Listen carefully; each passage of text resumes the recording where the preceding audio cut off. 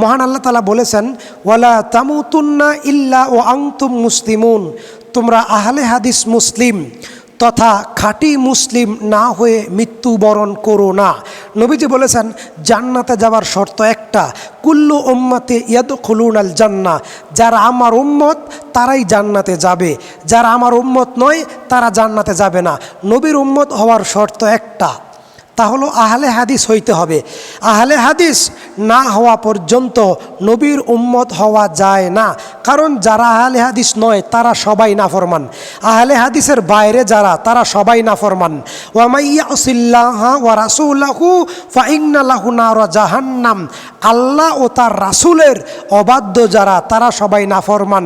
আহলে হাদিস মুসলিম নয় যারা, আহলে হাদিসের বাহিরে যারা, তারা সবাই নাফরমান। তারা নবীকে বাদ দিয়া ইমাম আবু হানিফাকে অথবা অন্য কোনো পীর, মাজার, দরবার, দরগাওয়ালাকে মানে। আহলে হাদিসরা ব্যতীত কেউ নবীকে খালেসভাবে মেনে চলে না, তাই আহলে হাদিসরা ব্যতীত কেউ জান্নাতে যাবে না।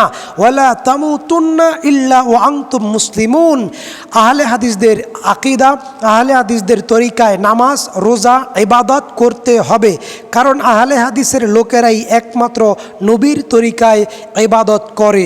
আহলে হাদিসের লোকের বাহিরে যারা আছে তারা সবাই নাফরমান, তারা সবাই জাহান্নামে যাবে।